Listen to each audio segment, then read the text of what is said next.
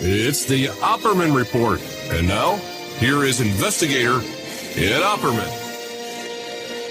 Okay, welcome to the Opperman Report. I'm your host, Private Investigator Ed Opperman, and you can find me at Opperman Investigations and Digital Forensic Consulting if you reach out to me through my email, oppermaninvestigations@gmail.com. Today we have Brooke Urich. Okay, now she's a Vegas, old friend from Vegas, a new friend from Vegas, you might say. She wrote this book called Wink, Wink, Nudge, Nudge, Sexual Exploits and the Secrets from Inside a Sugar Daddy Website. So she went undercover. She was working in there, too. She dabbled in the sugar daddy world.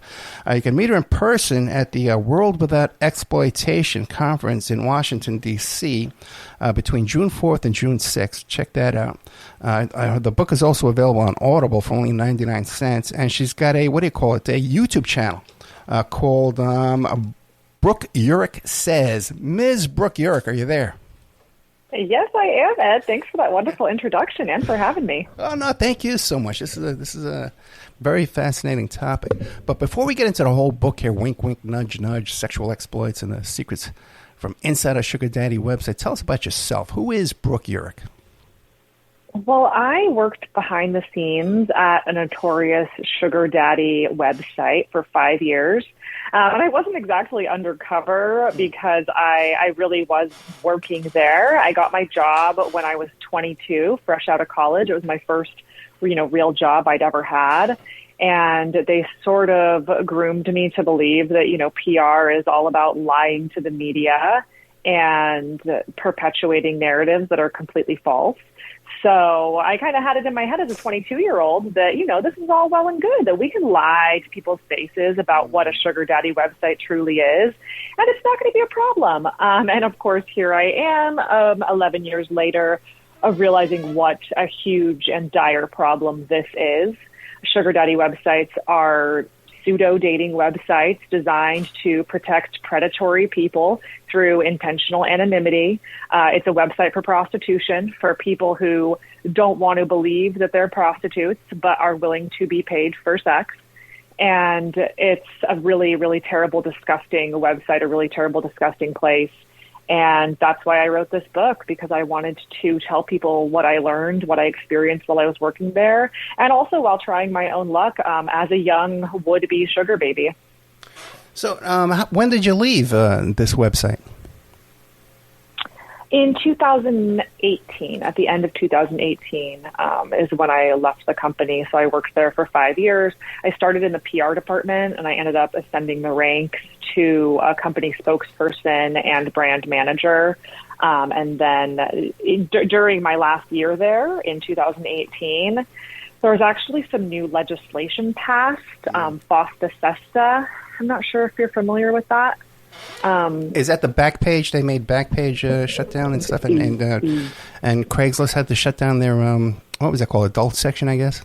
Yeah, Craigslist Personals. Yeah, you do know. Yeah, I know this stuff. It's the So exactly, it's the legislation that shut down Backpage, and basically it's sort of an amendment to Section 230, which is of course the legislation around the internet that says that websites are not responsible for content that third-party users post on their websites, which is a good thing, But the caveat to that is that dating websites a lot of times get away with not protecting their members or not doing enough to protect their members. So in 2018, there was this legislation passed called FOSTA SESTA, and it's the Allow Victims to Fight Online Sex Trafficking Act. And it basically says that websites that facilitate, assist, or support prostitution or sex trafficking are no longer covered by Section 230. So what happened was Backpage got shut down, and that's the last year I was working for the company. And a lot of changes happened during that year. In my opinion, those changes were to obfuscate justice because the website has completely shed its skin and revamped and rebranded since then, several times over. But I believe that's to avoid criminal prosecution. But thank God we shut down Backpage, because that was probably one of the most exploitive websites where they would prey on these women, and the same day they would meet them, they'd have an ad up on Backpage. You could do it instantly, and the people were trafficking these women the same day. But now I'm curious. Now, Brooke Urich, right? Now you graduate college, and you're looking on Indeed and stuff like that. I guess I don't know if they had Indeed back then, and you must have had different offers and stuff like that. What made you seek out of all the places you could go to work? What made you pick this sugar daddy website? I mean, that's exactly what I talk about in the book. Is why I ended up with this website.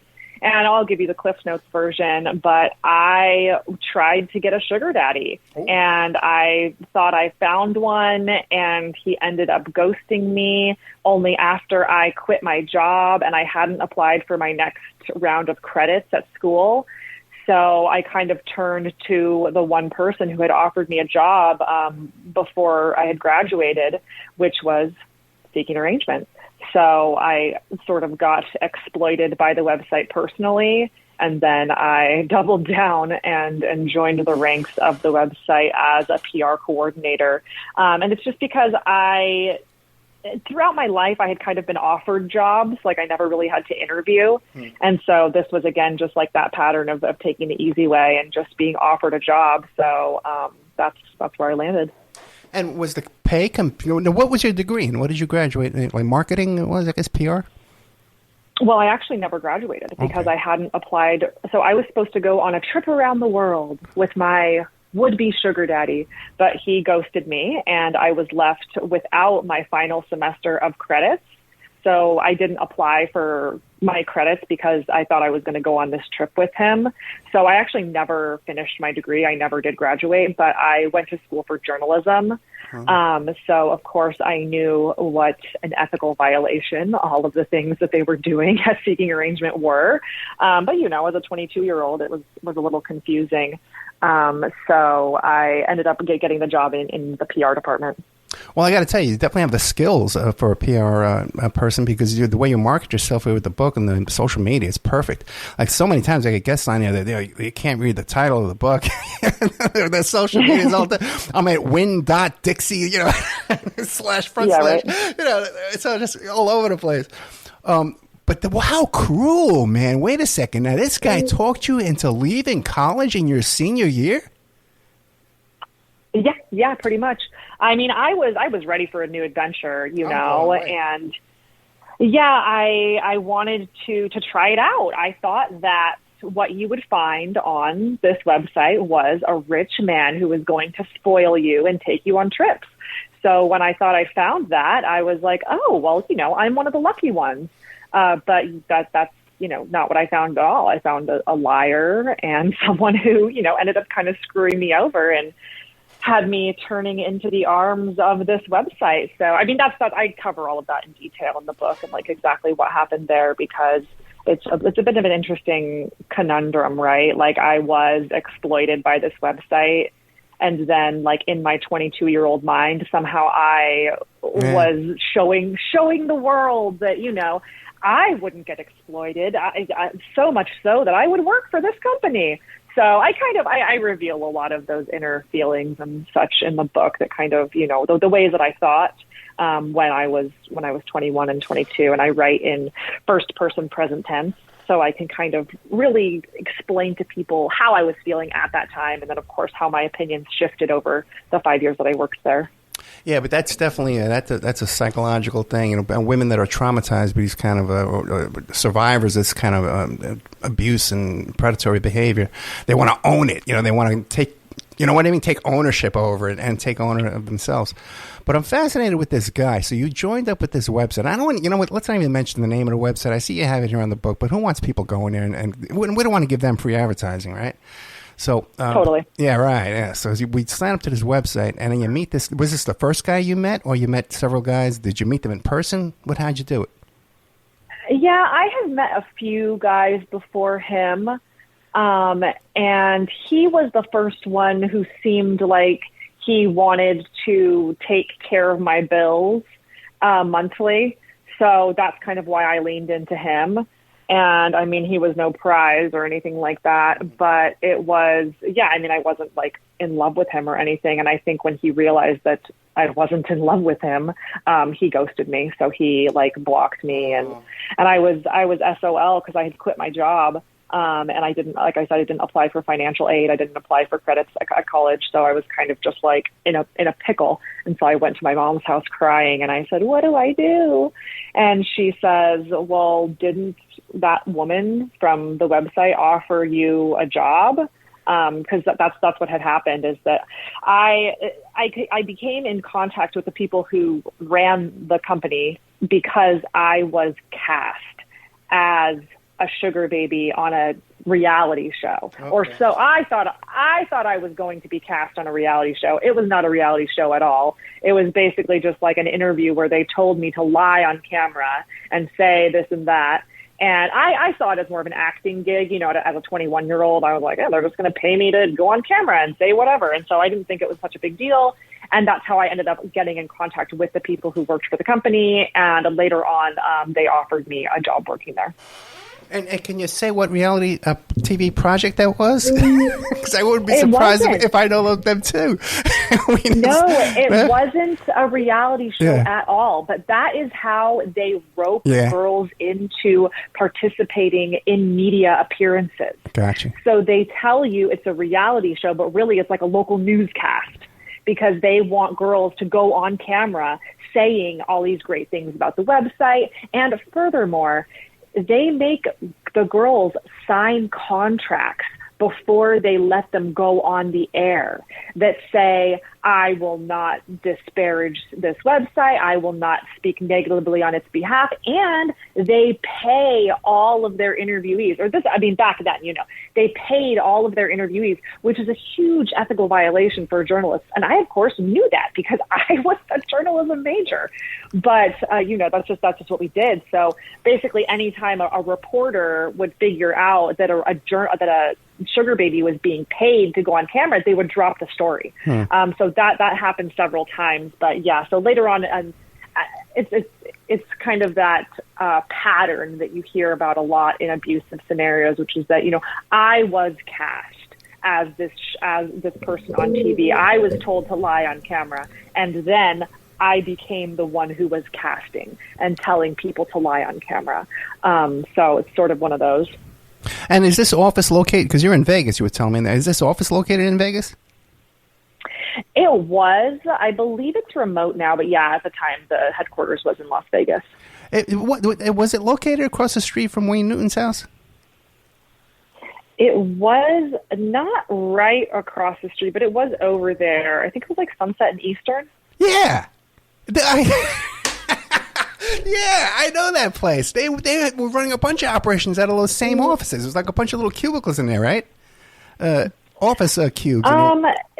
It was no. They bought the building. It was a big building. It was like there was several different like startup incubators. They were all owned under the same parent company. Yeah. But the bread and butter was the Sugar Daddy website. So most of the people in the building were doing that website. Were they also running Explore Talent? Explore Talent, you know that company?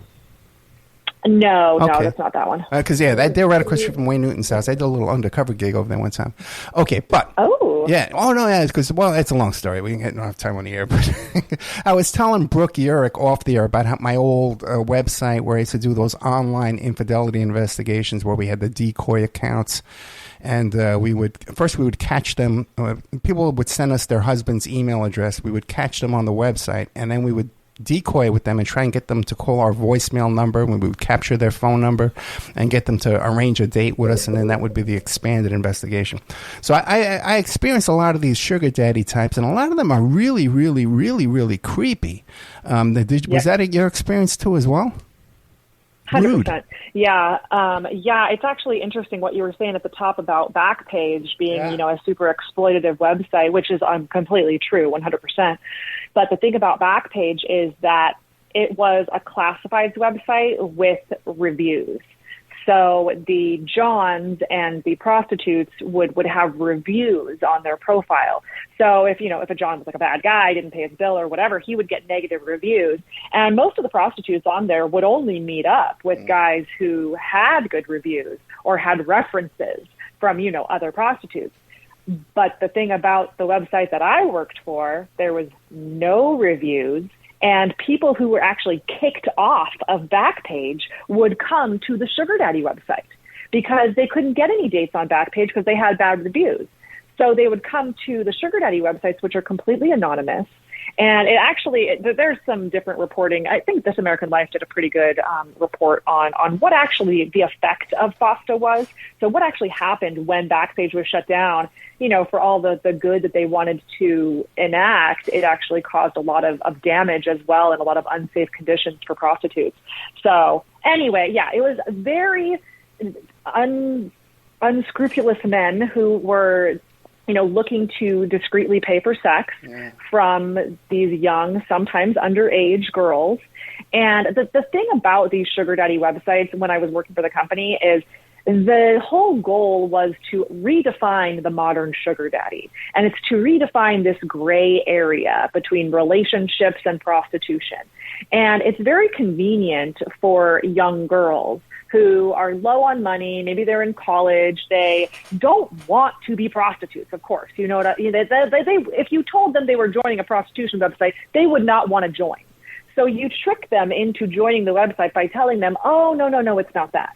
And the fact that the website even exists in the first place lends credence to that idea and allows these young, sometimes underage teenage girls to willingly believe that not only are they not prostitutes on this website, but it's also not a website for prostitution. Because in their young minds, and in my young mind when I joined the website, I thought that if this website was a website for prostitution, that would make it illegal, right? And if it was illegal, then it would be shut down, right? Because that's what happens to illegal things is they get shut down. So that's what you think as a young girl when you're joining this website. But the truth, when you actually join, is that your inbox is filled with creepy, disgusting men looking to pay you for sex, usually looking to pay you much less than a traditional prostitute, because that's what they look for on these websites, is young, naive girls who are not pros, who don't know how to collect deposits, don't know how to stay safe, who don't know the tricks of the trade, essentially, and also do not consider themselves prostitutes. So it creates this very dangerous gray area especially for these girls, but it's a predator's world.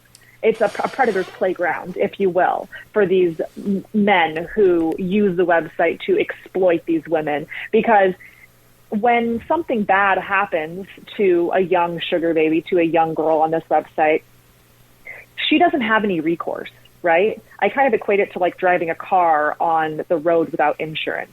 Like, you might get from point A to point B and it might be fine, right? But if something happens and you don't have insurance, you are SOL. So that's basically the same situation. Is sure, something, you might get your few $100s, it might go well, you might not get any STDs, you might not get pregnant. Okay, great. It could possibly work out okay. But the thing is, when it doesn't work out okay, the girls have no recourse, right? Because what are they going to do? Go to the police and say, hey, this guy, sexually assaulted me. This guy didn't pay me for the sex he agreed on. Most of the time, the police officers, the prosecutors, whatever, they're going to look at that girl and say, well, what were you thinking on a website like that? Were you soliciting? Were you prostituting? And I know personally of several occasions where the girls are actually the ones who get in trouble.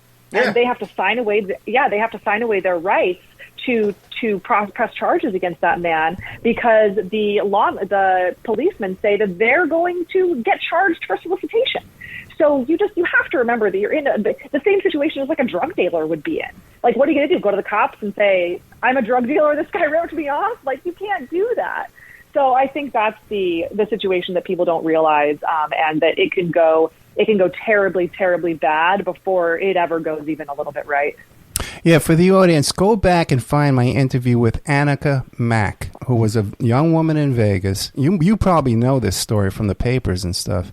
She's the young lady that was sold from one pimp to another and then kept in a garage as prisoner. She had gangrene in her legs. They had to cut one of her fingers off. He just dropped her off at the... Yeah. Well, she applied for a job with me. This wasn't even an interview. She tried for a PI job with me. And then I looked her up and I saw this whole story. I said, oh, my God, let's do a radio show. And plus, then we had another woman, Maddie. God bless her soul. She's passed away. A young kid, 23 years old, man. And every time this young lady, she's being trafficked in the streets, mental illness, just taken advantage of by everybody who came into contact with her. And every time she came into contact with the police, they arrested her. And the same with Annika, too. When she's in the hospital, they dumped her off like a bag of garbage. And she's in there with gangrene. Hey, I was just held prisoner. They wanted to arrest her. So, right. Yeah. Just heartbreaking stuff, And these poor young ladies who sign up to these websites, like this one, this sugar daddy, what kind of expression is that even? What sugar baby, sugar daddy? Let's call it what it is, They're young, they're broke, they're desperate. You know what I mean? And for the most part, borderline homeless. Do you have any horror stories from when you were working there about these poor young ladies that get sucked into this crap? Oh yeah, all the time. And the hugest problem was that the website leaned on these terms of use, right? So I think a lot of websites do this is they say, oh, well, that member was breaking our terms. They're not allowed to do that. And also the terms of use state that the website doesn't give out any personal information. So I remember we would get these emails all the time from girls who were sexually assaulted, or I remember one specifically that I mentioned in the book that was a girl who got pregnant by the man, by her John or whoever it was that she met on Seeking Arrange on the website. And she was trying to find the identity of this man because she had just had this baby of his, and she couldn't find him because he blocked her on the website. She blocked her phone number, and she couldn't get in touch with him. And she was a single mom with this baby. And of course, the policy of the website is not to give out any personal identifying information, which is the same policy that takes place when there's sexual assaults that happen. Is they say, oh, well, did you file a police report? Because they won't give any personal information unless there's a subpoena involved. Okay. So, I mean, and on the converse, there was women on the website who would steal from or manipulate the older men and whatever. There was just a lot of nefarious activity because the website is intentionally anonymous. So they encourage anonymity, or they did while I was working for the company. So every corner of the website says, don't use your real name, don't use pictures, don't use this, don't use that, because they want to avoid any kind of legal responsibility when it comes to the interactions between these members. So they just make everyone anonymous. And of course, when I joined the website as a 21-year-old, I thought, oh, it's anonymous to protect me because I don't want my name associated with this because, someone might stalk me, I could get in trouble, like whatever. So I thought it was to protect me. But as I became wiser and became to understand the inner workings of the website while I was working there, I realized that is to protect predators because they can get away with whatever they want when they're anonymous. And furthermore, if, for instance, someone does, say a guy is a really bad guy and he's, sexually assaulting all these girls, and he gets reported by one of the members, right? Like the sugar baby account could report him and say like, hey, he's a bad guy, right? Right. But if he did end up getting kicked off the site, it doesn't matter because he can just go make another account because it's all anonymous. So at first while I was working there, they said that they would kick these bad actors off the site, right? But then it became too difficult to keep track of them because they could just easily make another account because it's all anonymous. So then they would just leave them on the site and they would make them re-agree to the terms of use. And essentially, this is the wink, wink, nudge, nudge. This is the nudge and the wink that says, hey, listen, like, we know you want to pay young, sometimes underage girls for sex discreetly. Like, we get that. But can you just, like, not sexually assault them or target more vulnerable people or take it off the website or whatever? Basically says, we know you're a bad guy, but we're going to let you slide if you keep paying the monthly fee and if you promise to be a good boy, So it, in effect, coaches people and teaches them what type of behavior is allowed on the website itself. And any other kind of behavior, you need to take that off the website or you'll get flagged.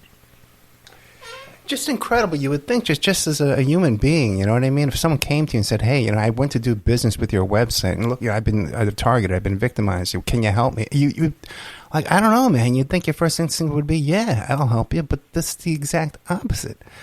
Did you? What about the owners of this website? Did you find out that they were involved like in other pornography stuff and other kind of shady businesses?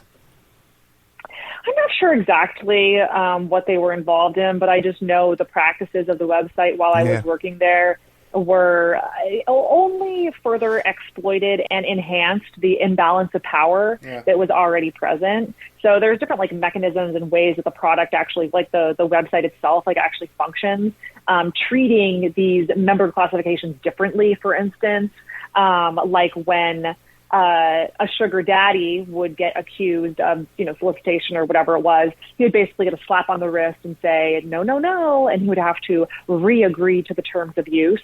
Whereas if a sugar baby was found to be soliciting, she would get banned for life. Her email address would get banned. She's off the website for life.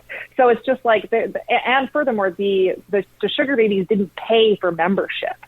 So they were completely expendable, and nobody cared about how they acted or how they were treated, rather, on the website itself, because the sugar daddy members were the only ones who paid for membership. So the website was designed and curated for their indiscretions and to protect them. What about the website owners, again, even exploiting the Johns or the men? I remember I had one case up in Michigan where it was a whole prostitution escort service thing where the Johns, the Johns were called hobbyists and the prostitutes were called providers. That's what they were there. But they had all websites and stuff, like you said, reviews. And what do you call it? The guys who were running this were blackmailing the Johns for tens of thousands of dollars every month, okay? They had their American Express card numbers, and they were hitting their card every month, blackmailing them. But what I was going to say, I forget what I was going to say. I was going to ask you that. But another question I had for you. What I was going to say, they do have a way to block your IP. There is ways they can technologically block you from using that service if they caught somebody abusing women on there. That's 100%. But what kind of advice would you give to these young ladies? Like they want to ignore you. They don't want to listen to Brooke Urich and take your advice, and they want to sign up anyway and give this a try. Can you give them advice on how to protect themselves from extra risk and exposure? I would just hand them my book. That's exactly why I wrote it, is to explain how I felt when I was 21 and the ways in which I thought that this would affect me. And I just didn't think it was a big deal. I had a lot of apathy surrounding this, but I was just like, what's the big deal? It's really not that big of a deal. So, that's why I wrote the book, to explain not only the terrible things that go on within the website, but also what went on within me and how my opinions on that changed. I would never advise someone to join a sugar daddy website. If you think that you're going to join this website and not be a prostitute, then you're sorely mistaken. This is a website for prostitution, and it's a exploitative website that is going to target you. And especially when you're a new user on the website, you are especially vulnerable because new users are easily searchable. So the predators can search for who is brand new and hasn't yet been victimized, and they can target you directly. There are also financial scams, like fraud scams, that go on because, a lot of these kids are young, they're teenagers, and they don't know about the Nigerian prince email scam, for instance. They've never heard of such a thing. They've never received a check in their life. So they're susceptible to all kinds of financial fraud, because when you put a destitute person in a situation where they think some rich guy is just going to send them money, you set yourself up for financial fraud scams that they have never heard of because they're too young to even know anything about that. So, I don't think that people need to listen to what I tell them to do, right? I'm not going to tell anyone to do anything. I will just tell you the truth, and you can make your own decisions. If you think it's a good decision to be a prostitute and set yourself up for a life of potential abuse, trafficking, and worse, then be my guest. Join a sugar daddy website. But if you understand that, this is not easy money, it is the most haunting, horrifying, and dangerous money you will ever make, And also what I didn't understand back then is that the consequences to my actions, they don't take place in the world around me. Like, I thought that there might be consequences to my actions. Like, oh, well, you know, maybe someone won't date me, or like maybe I won't get a job here or there or whatever. I thought that the consequences would take place around me, but the consequences of my actions take place within me. And the trauma doesn't go away. It doesn't dissipate. It compounds over time. And I think that's why, you know, these guys like the young girls, because they don't have all this compounded trauma yet that the older women do. So, yeah, I mean, that's what I wish someone would have explained to me, is that casual sex as a woman is not possible. That is a lie that we have been told to keep us spreading our legs so these men can easily get sex, because that's literally all they want. Yeah, it seems like, too, like these kind of, like Backpage, you know what you're getting into, you know what I mean? Or Craigslist, you know what you're getting into. Or there's escort service websites out there. You know what, massage, but you know what you're getting into. But a lot of people naively might think, well, I'm getting into a relationship going into this. I'm looking for a sugar daddy relationship. So you're more likely to give out your phone number, your real name, and now or nude pictures, and now you're open to blackmail by these guys. All kind of blackmail, like extortion and stuff, you know. And if you're on these sites too, you should know you're not really anonymous. There's all kinds of ways to find the people on these sites with reverse image searches, all kinds of ways you can find people. Social media nowadays. Yeah. And one note on that is, of course, you do set yourself up for, you know, all of these different scams or blackmail or whatever. But as a young woman, if you do get into a situation like that, first of all, they think they have agency, right? Because they're setting up their own dates, they're doing their own thing, they are told this lie that they're empowered. So there's all of this. But then when you actually get in the situation, you are alone with a man where consent is implied.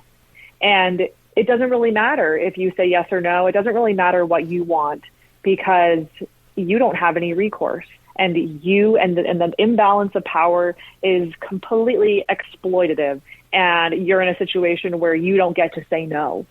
So I think that is just something to keep in mind. Yeah, and again, there's a young women, they don't even have the money to get home sometimes. You know, to take a cab home if they're lured out far a distance away. Right. Well, a lot of times it's parties, too. And I think, it's funny because I get in, Twitter feuds or whatever with people who don't actually understand what sex trafficking is. They say, oh, well, I was never sex trafficked. I just, went to a party where I was paid for sex. I'm like, that's literally the definition of trafficking, is one person bringing you to a place to then be paid for sex by another person. That is trafficking. And at first, you might be a willing participant in your trafficking. And that's probably, not the issue. The issue comes when, you take the drugs or you take the money and then they find out what they have to do for the money. So I think a lot of it is unspoken. And that's where the girls allow themselves to believe that it is not prostitution. They say, oh, well, I never set a price. I never said I was going to do this for that. It's like, yeah, but you came to the party, you did the drugs, you accepted the $1,000, and now you have to do something for it. So, I mean, it's very regrettable behavior. And I wish people understood what trafficking actually is and the situations that you get yourself put in where, you don't get to leave. You don't get to say no. That's not an option. If you go to the Opperman Report Patreon, we have the House committee on Matt Gaetz, the investigation on Matt Gaetz. And at one of his, I know, man. And one of his sex trafficking things was a 17-year-old high school junior. Okay, and when you hear this on the news, they say, "Oh, and she came. They attended a party. Her and Matt Gaetz and this lobbyist had a party. It was these two old creepy guys and two little kids." The high school junior are little kids. Man, I coached high school basketball. Okay, these are little kids. Wow. Yeah, giving them drugs and having sex with, and by the way, too, you can read the text messages back and forth. Hey, did Matt pay you? Oh no, I didn't get paid yet. I'm worried about asking him for the money. All that kind of crap. It's right there in the report. Disgusting how that guy's not in prison. That report is absolutely You read it. Okay, yeah, because they specifically named the website several times. That's right. And the citations are half of the page. I forgot all about that. all of the different reports. It's like, if you don't want to take it from me, like if you don't believe me or you don't like me or whatever, just read this House ethics investigation report, because they say it better than I ever could have. Don't take my word for it. Take your elected representative's word for it, because it's what I'm telling you is exactly what they're telling you, which is that this website is used to sex traffic underage girls. Straight up. And the news media is just as bad calling it a party. What kind of party is that? That's not a party. You take a little kid and you give her drugs? Sick. Oh, my God. What made you quit? Because now I can see you now, but what made you quit? What was the last straw for Brooke Urich at this creeper place? I was actually laid off, thank God. I wanted to quit, but I was, 26 and I had set myself up for a pretty expensive life. And that is one thing about that company, is they pay you lots of money to keep your mouth shut. So I was in a position where I couldn't really quit because I needed the money. And I was looking for other jobs, but I realized that no one was going to pay me even nearly what I was making there. So I ended up getting laid off at the end of 2018, along with like 11 other people.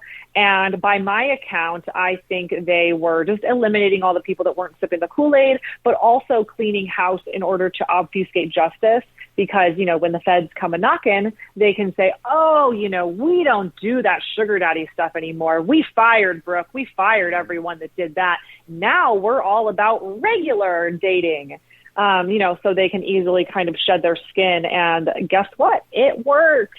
It worked, because the website is still around, luring young, sometimes underage girls into lives of prostitution. But you quit before OnlyFans came along, right? Because that seems to be another borderline operation, where these young girls, they don't have to work at McDonald's drive-thru anymore because they could just post some pictures up, right?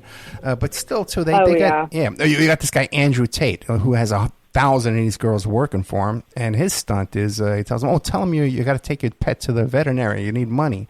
Tell them your car broke down. Tell them you got to go to the doctors to get more money out of these guys.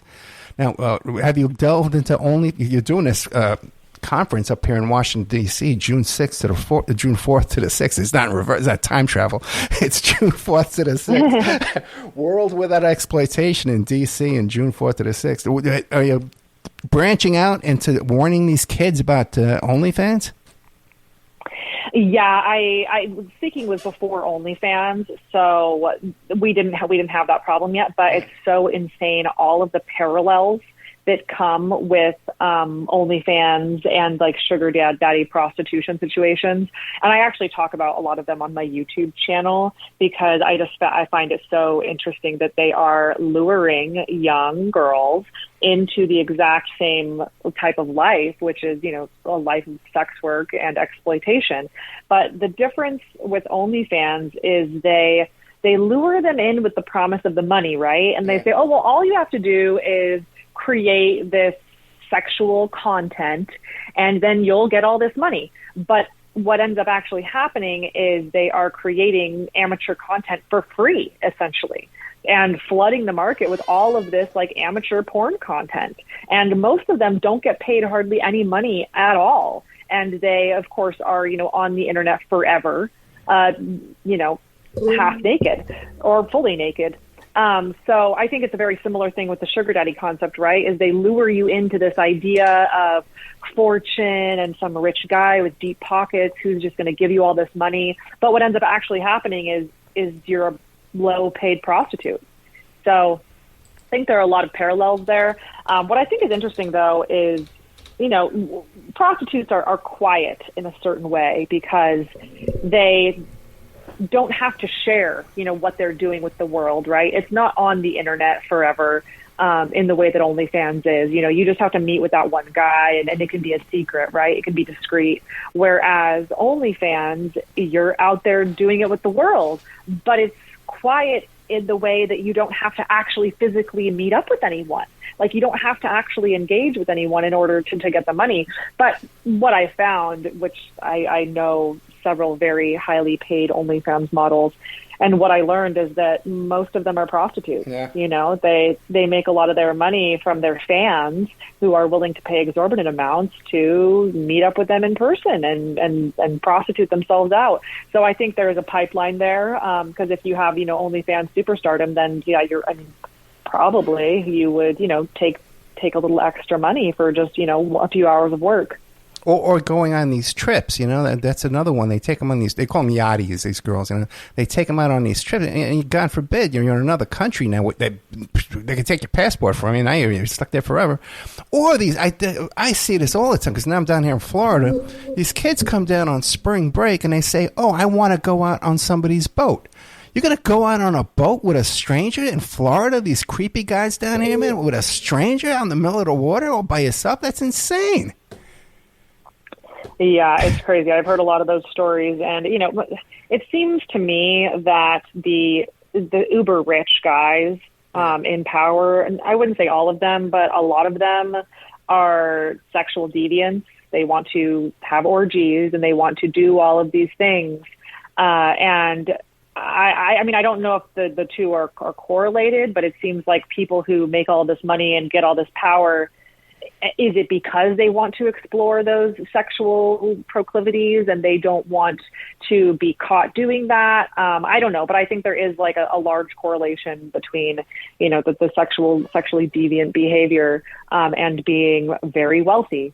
So, yeah, I mean, it kind of goes back to the like Diddy, Epstein, the CEO of, what is it, Abercrombie and Fitch, all of this. And the thing is, right. And the thing is, you know, a lot of those cases that are coming to light now happened like, 10, 20 years ago, right? Before the internet was a way to access young, sometimes underage girls so easily. So the thing now is you don't need enterprise. You don't need celebrity. You don't need Abercrombie and Fitch money. You don't need any of that to exploit women, because you have sugar daddy websites where you can have a bevy of these young girls who don't know any better. And I think that people like Diddy, the traffickers, they use these websites as a tool to find their victims. And I know that to be true both anecdotally and, you know, I've just heard it in interviews before, is women who are victims of sex trafficking cite a sugar daddy website as where they met their trafficker. Oh, well, we know 100% with Matt Gaetz. It's in the hearings. It's sworn testimony. Right, yeah. Right, exactly. And also, too, you mentioned how, you know, these rich, wealthy guys, these billionaires. Well, I would make the case that capitalism is based on exploiting the worker, and these guys, they love to exploit people. So, of course, they're going to, in their personal sex lives, they're going to be exploiting people, too, as well. Another point, maybe we'll get into that discussion at a future time. But also, too, we were talking about these videos on OnlyFans. Okay, you can screenshot that stuff and put it up on Pornhub. I've had Layla Micklewade on the show several times. She's been fighting Pornhub. She's tooth and nail with these people. Once your video gets up on there, it's impossible to get it back down. There's really nothing you can do about it. Yeah, of course. Yeah. Now, what about you? After you left, we were talking about the consequences in people's lives, you know, their future, their reputation being damaged. Now, after you left this job, what about your next job? When you go for a job interview, how did that turn out? Were you, what's it called, like stigmatized? It was difficult for me to get another job. I ended up getting a sales job, and, you know, they obviously knew about it, and they, you know, didn't have a problem with it. And I was honest about the fact that I disagreed with, you know, what was going on at the company, and I don't, you know, condone it anymore, which is, of course, you know, why I wrote the book. But I got another job, and then back when the Matt Gaetz scandal broke in 2021, I was contacted by some legacy media organizations who wanted to expose this website and cover this story and talk about the Matt Gaetz thing. You know, and back then I hadn't talked to any news media. I hadn't written the book, obviously. And I thought that there was going to be a huge New York Times story coming out about this website, because that's what they told me. And I talked to them for many, many hours about what was going on, how nefarious it was, how it was criminal, all of this. And, you know, that story never came out. And when I realized that the stories were not coming out, I began to understand how important it was for me to write this book and to share my story, because it seems like I am the only one who is sharing this story in this way, exposing this website for one reason or another. And I think people can take a guess as to why, these huge stories that spent lots of time and money hearing what I had to say, they got buried, never came out, caught and killed, if you will. So I don't know. I don't know what's going on, but those are some of the questions I've been asking. Yeah, Gates' reputation goes back to college. His father has $400 million from his medical, whatever kind of medical company he sold there. And we have all, by the way, we have all the Greenberg videotapes from YouTube. His buddy there, Joel Greenberg, we have all that right. for free too as well. Now, what about you? If you were trying to expose Matt Gaetz, did you ever suffer any repercussions from him, that political power and influence and all that money coming after you? Oh, I mean, I'm not trying to expose Matt Gaetz. I don't know him. I've never met him. I don't know whether or not he was on the website. I actually, if I had to guess, I would say that he was not a user of the website, because most men in power have traffickers like Joel Greenberg who use the website and do that for them so that they can have a layer of removal and sort of, not get their hands dirty, if you will. So I don't know anything about that case personally. I was contacted by an attorney back in 2022 who was representing the underage girl who was no longer underage, of course, at the time of when I was talking to her attorney. But what he told me is that he was suing the Sugar Daddy website and Matt Gaetz simultaneously.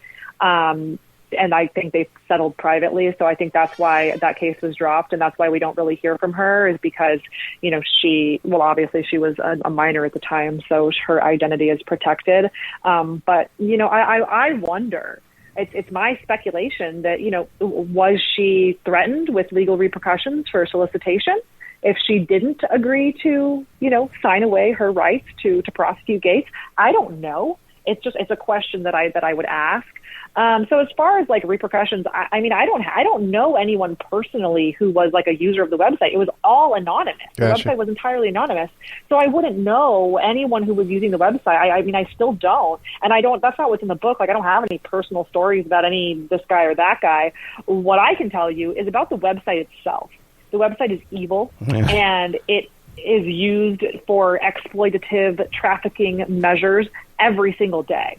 So, I mean, that's all I can really tell you. And if, any political player or anyone wants to argue that, then I will direct them to the House Ethics Investigation Report.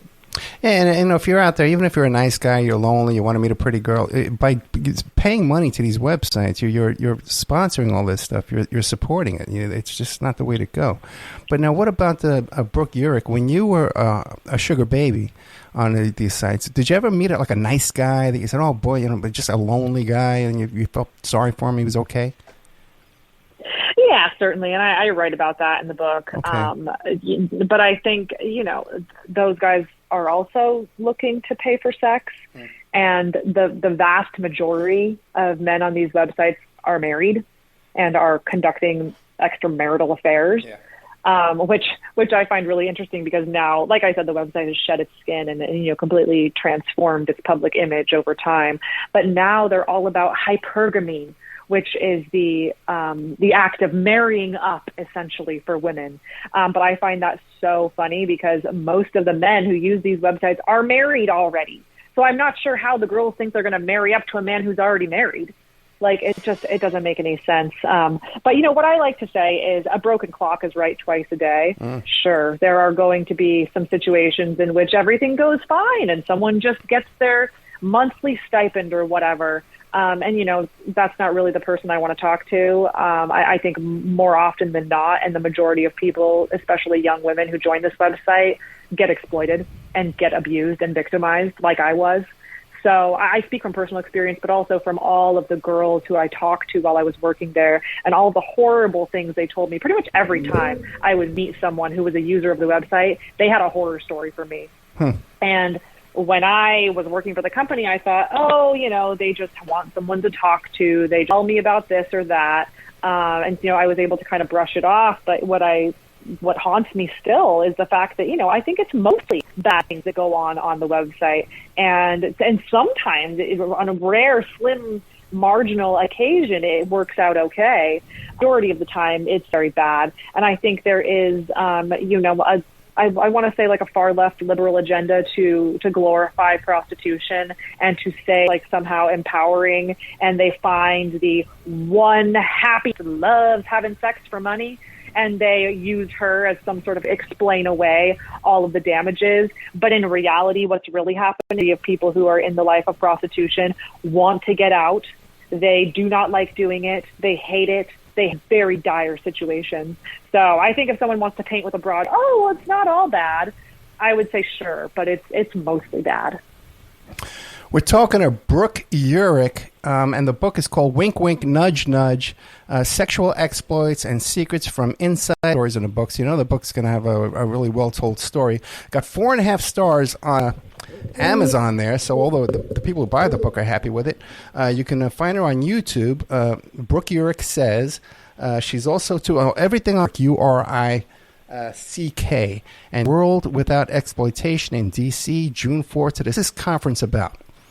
And who should go? What kind of people should attend? Exploitation is a collective of men, sex trafficking, anti-exploitation. There are a lot of them, and there was no for the collect. So that's a World Without people from those organizations. And we're going to have some really interesting panels broadly about the world of online in general, which, a lot of times starts on these smart, interesting people there. We got a couple of minutes. Just let people know the truth, which is that, sugar daddy websites are for to chase easy money. You're not. That's not what's going to happen. So, yeah, I think anyone what to do to not chase money, I guess. Largely outweigh any possible rewards. It's not as anonymous as you think. You can find anybody on the internet. Just enough time and money, you could find anybody. These are guys that portray themselves as rich billionaires or rich men, wealthy men, which is they can hire a private investigator to find you. It's not that hard. So once again, and then the possibilities of your videos being put on Pornhub, you can never get it down. People do recognize you. People recognize my voice, so that you're opening yourself up to a lot of problems here. We don't want to. You don't unnecessary. So we're talking once again to Brooke Urich. If anything comes up in the future, you want to come back, you have something to promote, you want us an event or something like that, let us.